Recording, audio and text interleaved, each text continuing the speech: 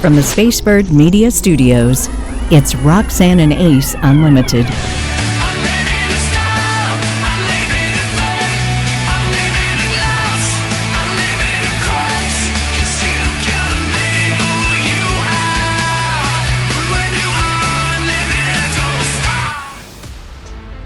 Roxanne and Ace Unlimited, thank you once again for being a part of our show. We so appreciate you watching and listening. You are so important to us. We are long-term friends. We really like each other on and off the air, met in radio and now do podcasting, which I much prefer. I don't know about Ace. He's still doing some radio, so he may still love radio more, but wow, this format is so much fun. We're glad you're here. Pastor Howard Brown is going to join us. He's got a big ministry in Atlanta, has been a pastor for 25 years and has written a fascinating book about Acts. Yep. So we're super excited to have him a little bit later in the show. How are you, my friend? We're doing good. Of course, thanks to My Brother's Cup and Birmingham Mortgage Group. I am so totally stoked.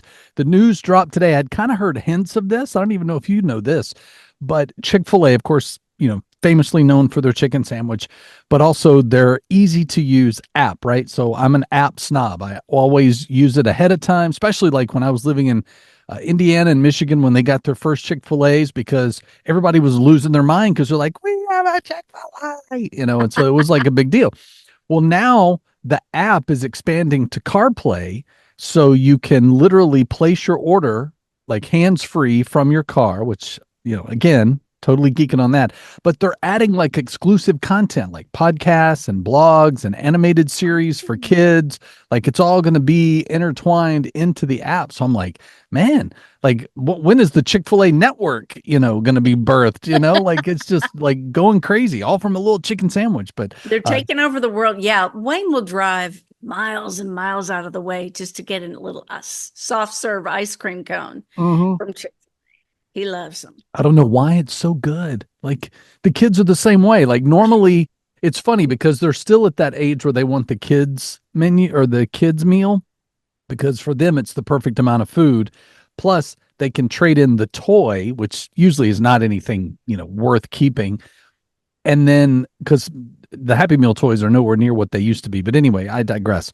But I love that they want the little soft serve. They're like, it's worth it. Just, to all of this plus the ice cream and get it in the cup and, it's good. Which, by the way, with the little, I got it for the first time with the little waffle cone bits on top. I was like, I found my new favorite. Like, well, you bring up Happy Meals, so I just have to mention Donald Trump making fries and serving people out of the drive-thru. I don't care what your politics are. It was hilarious. And the people driving up, well, sure. Who wouldn't be? Would have been like, this is a guy in a costume. What's going on? 100%. Yeah. And I did like the running joke that he was there to fix the ice cream machine, but yeah, maybe somebody should fix it. Why not him? That's so true. It is broken a lot. It's always broken down. It's because everybody's busy going to Chick-fil-A. Watch it. The most unexpected book of the Bible to bring someone comfort. Bible teacher Laura Turner says you would never guess. You could name it over and over and over again. What book of the Bible brings her the most comfort? It's Revelation. I was like, what? That blows my mind. It is definitely not my go-to book. Now, I do like the idea. I've read it and we win. So, spoiler alert if you were trying to get to the end of the book or you're waiting for the movie.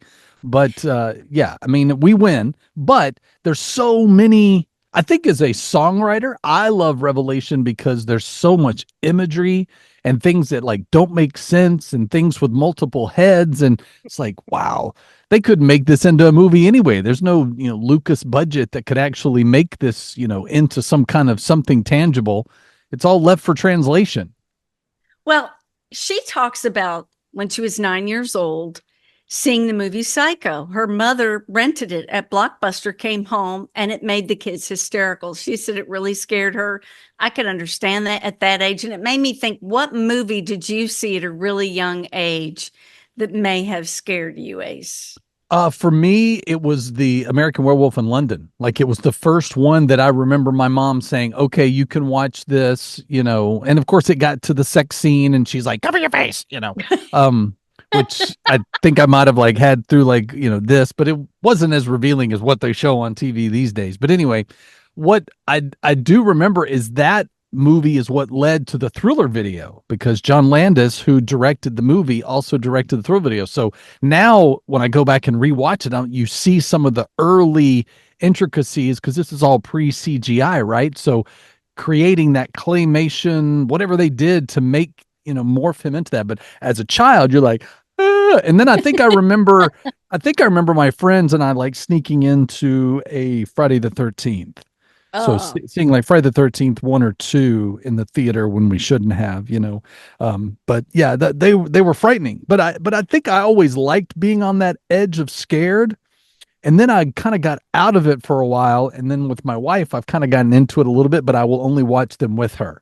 So like there's an element of like me at home by myself in my chair, like because we are the front of our house has like these big windows. I just know like I'll be in the middle of watching and like a tree branch will go up against the window and I'll pee my pants. Yeah, nobody wants that. well, she goes all the way back to Psycho as the beginning of having some real fears Mm, throughout life. She's not blaming mom or anything like that. But she says what really gets her is Revelation 21. And I heard a loud voice from the throne saying, "See, the home of God is among mortals. He will dwell with them. They will be his peoples, and God himself will be with them. He will wipe every tear." Here it is. mm, He will wipe every tear from their eyes. Death will be no more. Mourning and crying and pain will be no more, for the first things have passed away. Won't it be glorious yeah. I was not to listening. be crying anymore? Yeah, I was listening to a discussion of kind of peers earlier this week talking about whether they were ready to die. Like, not to, it wasn't like a morbid conversation, but it was, it's among other people of faith. And it was like, do you fear death? Do you worry about, and most people were pretty excited. Like it was yeah, I can't wait to get to heaven. It's going to be fantastic. And, can't wait to see Jesus and all, and I'm kind of that same mindset. Like there's a lot of things I still want to do here and, experience. And so I'm not done. It's not morbid, but when my time comes, like, yeah, all right, you know, live my best life, passed on my life lessons. Now let's go to eternity. I'm good with that. I still want to get a few people in heaven before I go Yes. close and far. And Yes. so, but I'm with you on that. It will be glorious to see some of the Bible greats. Mm, I want to see King David. If he talked to me, that would be kind of cool. right. I just think he's awesome. He's fascinating. Hmm. How to keep your partner close. Do these three things when you feel disconnected. First of all, you've got to identify it. Does it feel like you're drifting apart? Do you Yeah. find that you're arguing more? Then what do you do? Well, you have a conversation, but you don't have it. And Ace, I know you agree with this. You don't have it when your partner's stressed, Right. when there's a big deadline looming, when the timing is bad, but you need to sit down and discuss it. I think timing is super important and you got to deal with it. If you're feeling it, you've got to express it. If you just ate the Hmm. problem, yeah, I'll go on, it'll be okay. If you're eating the problem, it doesn't typically just heal itself. Right. Well, and my wife and I will do this. Like if we're having a moment in the day where we know each other so well in the sanctuary that we've created or that God's created for us, we can like there's not anything the other one can do for the other one other than just listen. But to know that you can just go to that person, I'm just, and then you just let it out and then they're like, I am so sorry that's happening, but I love you and I'm here for you. And, and those kinds of things are huge. Like they go a long way, which is why I tell her all the time, I'm like, I don't just love you, I like you. Like I like hanging out Mhm. with you. I like spending time with you. And if we're not on, firing on all cylinders, I want to get to the bottom of it as quickly as possible because, while, she's not here to make me happy, but I'm not happy when she and I are not in a good place. And so whether it's something I've done or just, circumstances of things that we're just not firing on the right cylinders, let's fix it.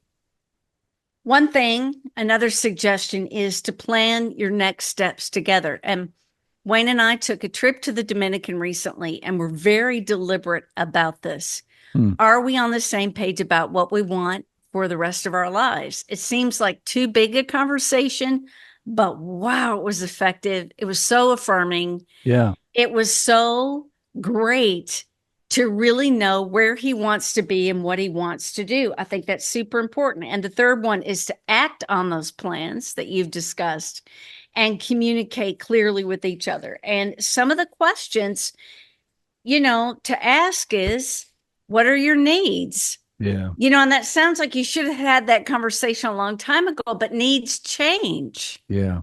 Well, and I think that's so good too, because again, while dreams in the early stage of your relationship are where you are in that period, but every 4 to 5 years, like there should always be some semblance of visionary talk among the two of you, because again, God could reveal new things to you. He could diminish dreams or opportunities that you thought were going to manifest into something.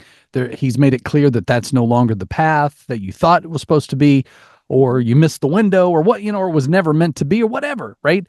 So it's great to have dreams and goals, but I love, just like my wife and I talk about all the time, and it's nothing against our kids. We're not trying to raise them quickly and out the door before they blink. It's happening faster than we could stop it anyway. But I will say, I like the idea of like the two of us thinking, what are our lives going to be like when it is just us?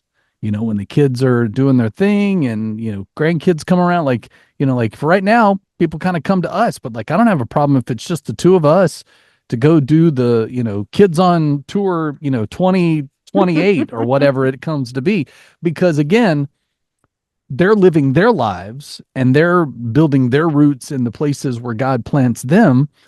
And then we want to be flexible to opportunities to go on vacations that we never could go when it was the four of us or the six of us, and so forth. So I love the visionary side of it. And then there's always the, hey, this may never happen, but, and then you can just kind of have fun dreaming and, yeah, we could do this and do this, because again, from our mouth to God's ears, maybe that desire to go on that trip or to do that big project is coming from him. So he's igniting it between the two of us so that when the timing does come, you're both like, yeah, let's go.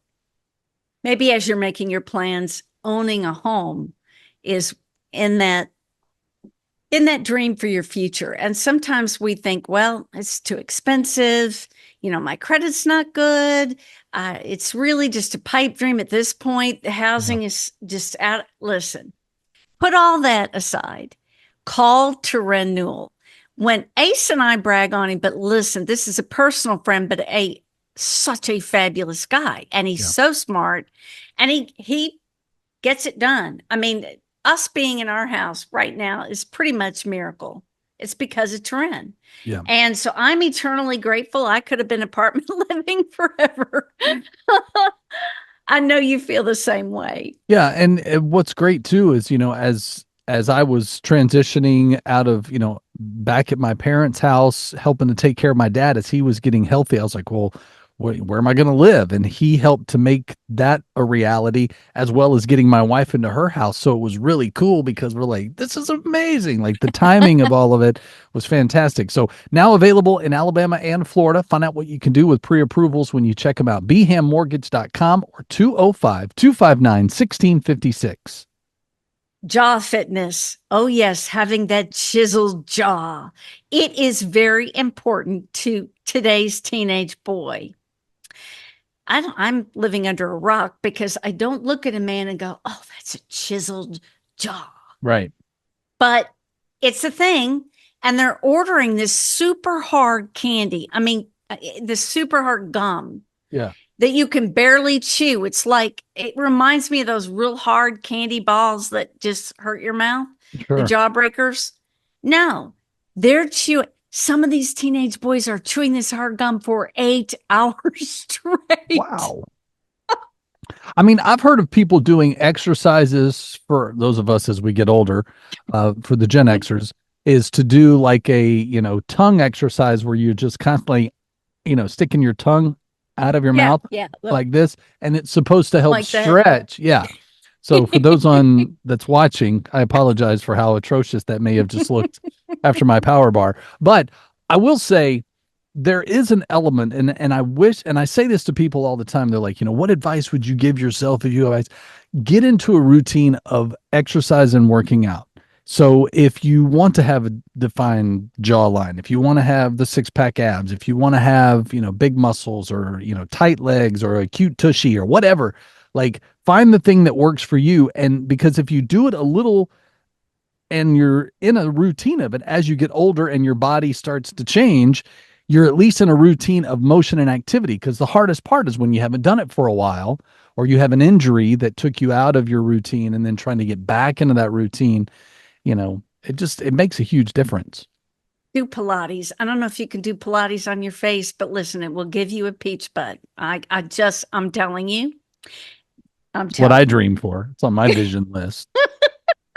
Stronger gum is what they're ordering. And by the way, dentists say don't do it. It won't work. So just don't go there. Instead, we turn to God and his wisdom. God brought the Israelites into the promised land. Now, the Israelites went kicking and screaming. I have never heard of a group of people yelling and screaming about what they're missing out back when they were slaves. Yeah. But we do that in real life. We've got everything. We're richer than most of the people in the world if we have $15 in our pocket, and we're still moaning and groaning. But here's the thing. God went ahead and gave them homes they didn't have to build, food they didn't have to work for. I mean, you want to talk about a blessing? And we walk around and think, where's mine? Well, maybe you don't, but sometimes we think, wow, this is really hard. I'm ready for my blessing. And here's the thing. It's coming. Yeah. It's coming. It's not prosperity gospel, but you walk in God's favor. And sometimes when you've got bills and more bills and sickness and kids that don't act right and a neighbor playing, I remember a neighbor used to play the music so loud the pictures on my wall would vibrate. Yeah. And I worked in radio and I had to get up at 2 a.m. and it was like nothing would block. Anyway, here's the thing. It's on the way. Breakthrough's on the way. It just is, because he's good and he's faithful. Well, and I think the thing to remind ourselves of is that, waiting on God is truly the hardest. We talked about this on last week's show. But again, that's where most of us are. We're either waiting on the next thing, or we're maybe wallowing in why the last thing didn't happen or hasn't still happened, but whatever it is. But that's the part, like, even to go back to talking about Revelation being one of those great books, the great thing is in the visionary talk with God too, like you can have it with your spouse, you can have it with your friends or your pastor. But again, talking with God out loud on the things to me is like, Lord, it would be great if this. If that's your plan, awesome, I'm on board. If it's not, then I need you to help me not want that anymore, because, he gives us the desires of our hearts. And I translate that to mean not that we go, whoosh, here's my list, Santa. It is the desire that's in my heart that I know brings me peace and joy and glorifies him. Those are the things that are the desires that I need to be feeding and feasting on, rather than going and finding my own agenda and desires. Yeah, his will be done. I give you houses full of good things, which you did not fill. Deuteronomy 6 verses 10 through 11 talks about the vineyards, the olive trees that you didn't plant. So just keep in mind, your blessing is right around the corner. You just never know. Yep. Because he's the God of the impossible. One thing I thought was truly impossible. I meet this coffee maker. He's this incredible man. He has these videos of traveling the world, selling this coffee and people getting saved, little children running up to him. And he said, yeah, I do coffee. And I cried so hard. People came out and said, what's wrong with her? And I just never imagined that there would be a coffee named after me. He said, yeah, God just told me one of my coffees is going to be named. I'm like, me, what? What are you doing? He said, no, it's going to be the Roxanne. Well, and it's not like My Brother's Cup has like the Joe and the Oh, Tiffany and the no, I mean it is its own. So I would have to think for the passive non-Roxanne and Ace fan to just order coffee, they go, what's a Roxanne blend bean? To come off a Roxanne tree? I mean, what is that? What is that? So yeah, but the great thing is it does help missionaries, and you are making a big difference by getting yours in time for fall. Now that it's here, might as well, sweata wata. So make sure you check it out, mybrotherscup.com, or go to our website, roxanneandace.com, and make your order. so I think Drew Barrymore is adorable.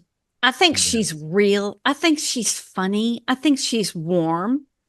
And we have something in common. We touch people a lot. And apparently, The close talker. she liked to close talker. I know. I'm guilty as charged. Apparently, she touched, I didn't see it. She touched Oprah a lot when Oprah was on her show, like a lot. Who is not And a toucher. the viewers wrote in and said, Drew, quit it. So one of Drew's goals is to not be touching her guests. Yeah. And then she freaked out. Naturally, you would.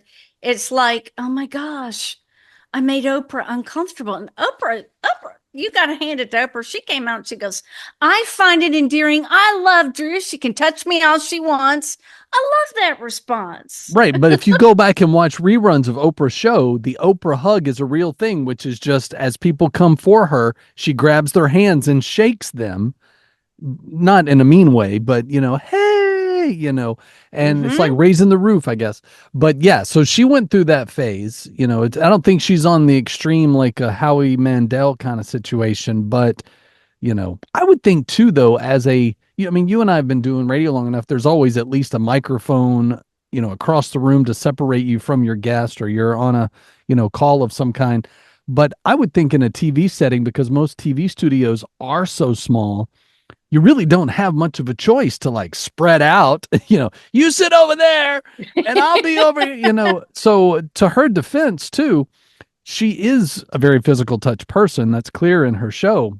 But she also has such great relationships with these people that come on, because her show to me is like what Rosie O'Donnell did when she first came on. The early days of Rosie's show, or really her show in general, because it was before she was political, it really was just a fantastic way to live through Rosie's life. But we all lived Rosie's life. We all were into the same bands and artists and TV shows and movies. And so when she could get Prince on or Elton John, like it was a big deal. And Drew, she's been in it. And, she was a wee little tyke when she was in E.T. and we fell in love with her then. So I love watching, because again, much like stories like Robert Downey Jr., like she is a success story, and the relationships and the movies and the TV things that she gets to do is great. So she's one of my favorites. Her and Kelly Clarkson, I think, I mean, they own the talk circuit right now. But yeah, it's, if Oprah's okay with it, we're okay with it. Drew, come hug me, okay? Same kind of deal. Could you imagine that encounter? The Roxanne and Drew Barrymore encounter would be fantastic. Well, I would love it. So, among people I admire, a lady named Minette from Suffolk, England, 102 years old, decided, well, last year I drove a Lamborghini at 130 miles an hour, several laps. That was really no big deal. So now I'm going to jump out of a plane. This lady is a rock star. Yeah. And I will say, as someone even in my 50s, that I don't want to jump out of a plane. I admire you that, I mean, and maybe when I reach 102, I'll be like, yeah, come on. I'm up here among the stars. Let's just do this thing. But I mean, I'd be curious to know her story of like, were you always this adventurous, or did you just get adventurous later in life? Like it's a great little, I want to know more. Well, she raised $13,000 for charity by doing this jump. It was covered by the BBC, which is pretty cool. And she said the following advice: have fun in life, make the most out of every moment, and don't forget to party. From a 102-year-old. that lines up perfectly. There was one, I don't know if you remember this story, but this might have been early on in our morning show days, but there was a woman had like just celebrated like 103rd birthday or something. It was like, what's your, a tribute to life. And she's like, bacon and Dr. Pepper. And I was like, how amazing is that? And all the things we hear from health experts, watch your sodium and watch your sodas, it's like she made a life out of it. Roxanne and Ace Unlimited, we're so thankful to God for the incredible guests that he brings us. Tonight, we are super excited about this guest. He's been an ordained pastor with the Presbyterian Church in America for over 25 years. He's currently the church planting pastor at Kindred Hope Church in Atlanta. I love the name of that church. Fabulous. He is the author of Acts, the Power That Changes the World. We welcome Pastor Howard Brown. How are you? I'm good. Thanks for having me today. Appreciate you guys having me on. Yeah, man, we appreciate it. And I love the book of Acts. Like there's something about, I guess, what I would call the early Christian, like after Jesus, death and resurrection, like they're trying to figure it out, right? Like now we've got church with our systems and our small groups and everything's clicking, but they're still trying to piece it all together. What was something as you put this together that you learned either about Paul or about that early Christian faith that just excited you? Yeah, I think one thing that keeps coming up is as I look at the book of Acts and as our core group right now is going through this book as we prepare to spread the kingdom here in Atlanta is just the couple of times it says that Paul and Silas wanted to go here, but the Spirit stopped them from going. I was just impressed by the fact that God was in control of how the church grew and where it went. And God had a plan that started to unfold thousands of years later. And you kind of see it happening, right? You kind of see it, why God chose to have them go a certain place. But I'm sure they thought this isn't working out right. This was not the plan we had. We were going to go this way. We already paid for our horse tickets, whatever they were riding back then. We already did this, and we look like fools out here because God says, nope, get on this boat, go on over to the other side over here. And it was real impressive to me as a church planter where, today we plan out everything. When I'm putting out my prospectus and, we have this vision and we have this mission and here is where we're going to go. And so I was just impressed that, we still have to be a people of prayer and we still have to hear what the Holy Spirit is saying. And we have to trust God's sovereignty in the situations in our lives, trusting that he sees us, loves us, and knows what's best for us. So do you think most of us are asking the Holy Spirit before we make these big decisions in our lives? We're normally asking afterwards. Mm-hmm. Like we normally are like, God, why did this happen? We're normally, most of us have a plan and we go for it. But God is so gracious, So, yeah. Well, and I would say too, as someone who's even a part of a church plant right now, like there are words from Paul that I think we can really add to it's about the people. Like, and I don't think even he knew that at the time because he was still trying to make sense of the chaos that just took place. Right. I don't think he had in mind that he was going to be, how much he was going to play a role in being an apostle to the Gentiles. Yeah. And that he would be a leader with the same people he was killing and trying to get rid of. It's just, when you look at that book and you think about the cultural implications, you think about the barriers between the people groups that were reached, and you think about the geography there, it is amazing how much just the people were in the minds, of God, like who he wanted to reach and where he wanted to reach. And there was nothing that was going to stop that. And so I just find that churches were planted when people were reached. Ooh, I love that. So Tell us a little bit about the boldness of Stephen, how important Stephen is in Acts and what we can learn from him. Yeah, I mean, for him, he found himself, um, I don't want to say like a regular layperson. It seems like he was a little bit more than that, but let's just say we can identify with Stephen as someone who wasn't among the original 12, and this thing rolled in his life, and he gave his life in such a way, and God called him to give his life in such a way where it multiplied the church. It's amazing to me. And I try to tell our people this, and I even try to believe it, that it isn't the professional Christian that causes the spread of the gospel as much as we want to. We put so much on celebrity personalities and pastors in the pulpit, even though Stephen did stand up when he stood up, and his testimony was backed by Jesus himself.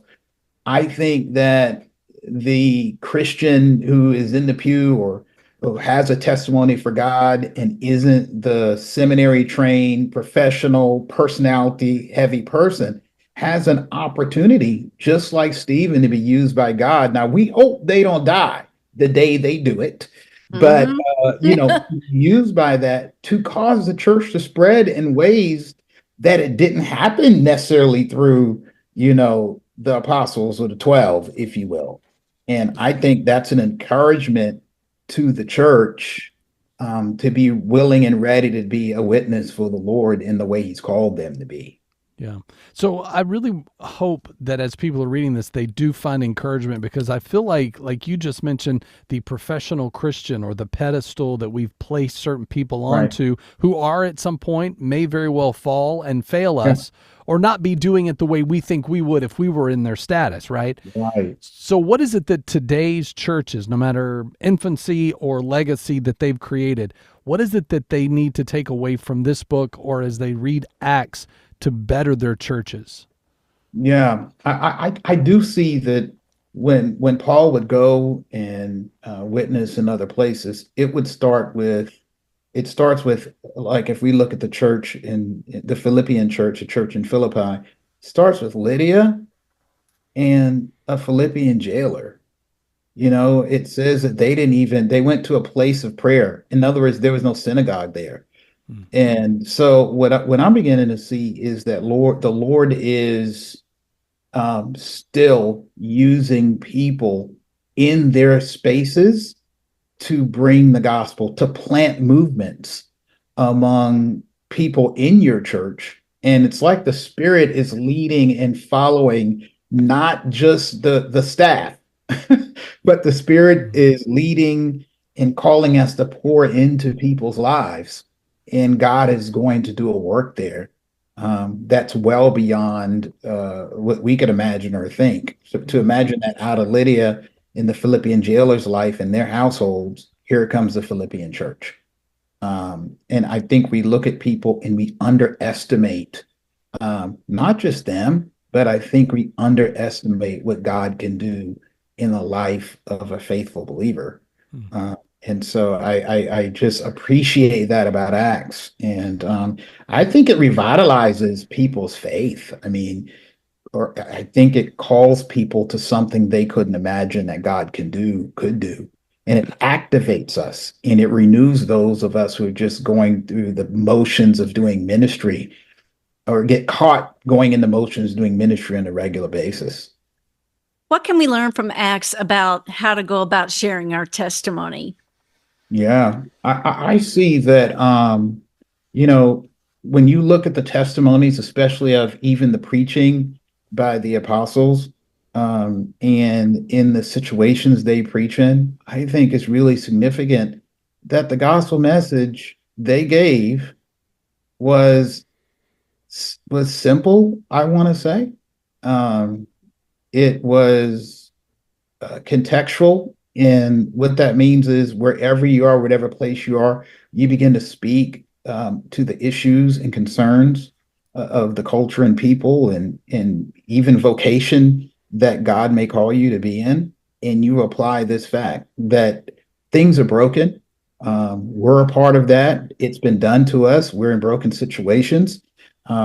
Wherever you are and however it is, and Jesus has come to be a savior for broken people in broken situations. And even with very harmful and hurtful and traumatic past. And you see them address that in everything they do. And I think that's something we can all do in saying, hey, look, I'm here with you. I feel the world we're in. I looked at the fact that, the people who were spreading the gospel, the apostles and disciples, Jesus didn't keep them away from the familiar suffering of those around them. To meet the Philippian jailer, for example, they're put in chains. So they experience the biggest and deepest injustice anybody could ever experience.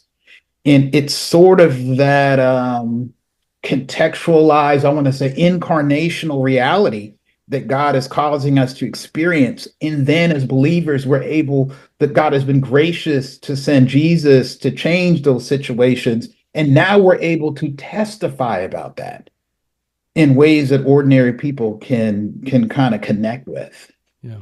So I feel that's an encouragement to us more than a discouragement when we go through something hard. Sure. Howard, what do you say to pastors right now that, they look at what's going on in the world and they try to shape their messages to make sense of what's happening as we tie in not only what was going on with Paul and Acts and trying to make sense of what was happening then, what do you say to pastors when you feel like that I just don't know that my people are listening? Yeah. There were a number of significant obstacles. The church was not powerful, not as powerful as many of the churches we see happening. Like I live in the Southeast, so churches are still very big, very influential. Politicians still come looking for votes and, hey, can the church back me? I think we're heading into a time and a season where it can be very discouraging. Where the church's power is limited. It looks on paper like it's not going to be effective in this world and the things we deal with. And that kind of includes the boredom and apathy of people on the pew, right? Like, I just don't know if it's really changing. This book, the book of Acts, is a real encouragement and almost like a spark that if you have this kind of opposition and you are in a world that doesn't understand the gospel, that is when God shows up the most.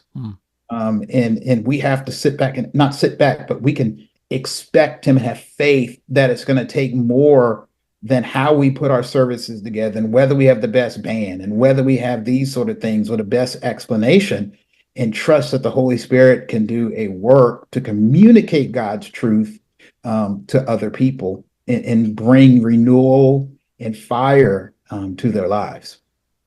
We so appreciate our time with you tonight. Thank you for being so generous to be with us. Welcome. The book is called Acts, the Power That Changes the World. It's by Pastor Howard Brown. If people want to connect with you or pick up a copy, how should they go about doing that? Yeah, I mean, they can go to Surge's website or New Growth website or Amazon.com if they want to pick up a copy of the book. If you want to get in contact with me, you can reach me at hbrown@kindredhopechurch.org. And I am here in Atlanta, Georgia. Well, thanks so much for your time and insights today. All right. Thanks for having me, y'all. Well, of course, Fridays means we're catching up on each other's vibes. So, Roxanne, ladies first. Joseph Z. He is a prophet. If you haven't heard of him, Google him, get a book. Watch his daily broadcast. He has hundreds of thousands of followers. I met him on Sunday. And Wayne wasn't sure. A prophet? What? Okay. We're going to go see a prophet. What? Okay. Yeah. Listen, the man walks over to Wayne and says, "You're a great man of character and kindness, and your work with children has been phenomenal." What? Yeah.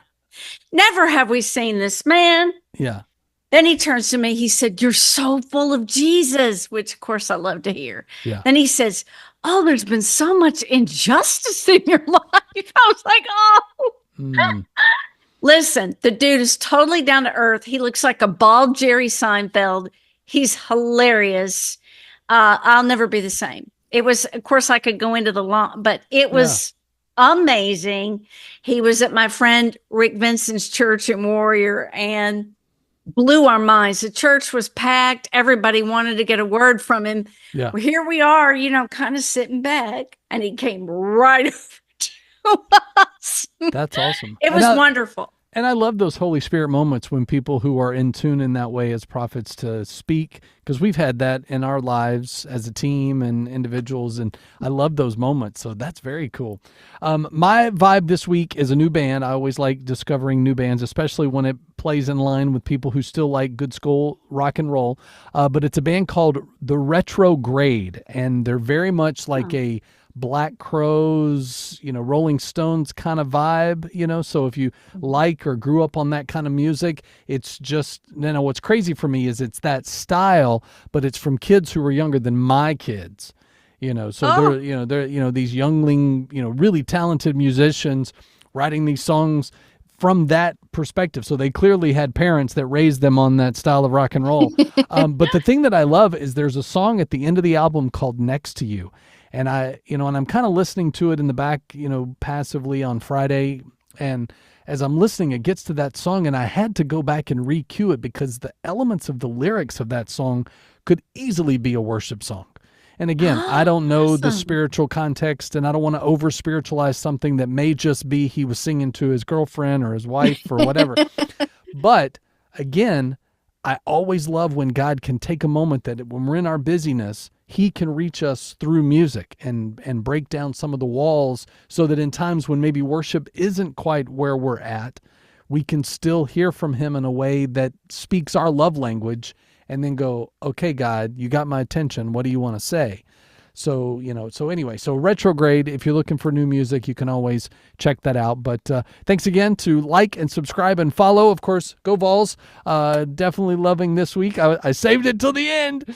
I was holding it in. It's suppressed. I thought that was going to be your vibe. And I wasn't sure what the T-shirt, I should have recognized. Hello. This is from our undefeated national championship season. So, yeah. So I feel like I can wear it this week. It's great. So the next 365 days of my life will be wonderful. Thanks to My Brother's Cup and Birmingham Mortgage Group for making this week possible. Join us next week as we celebrate the birthday girl.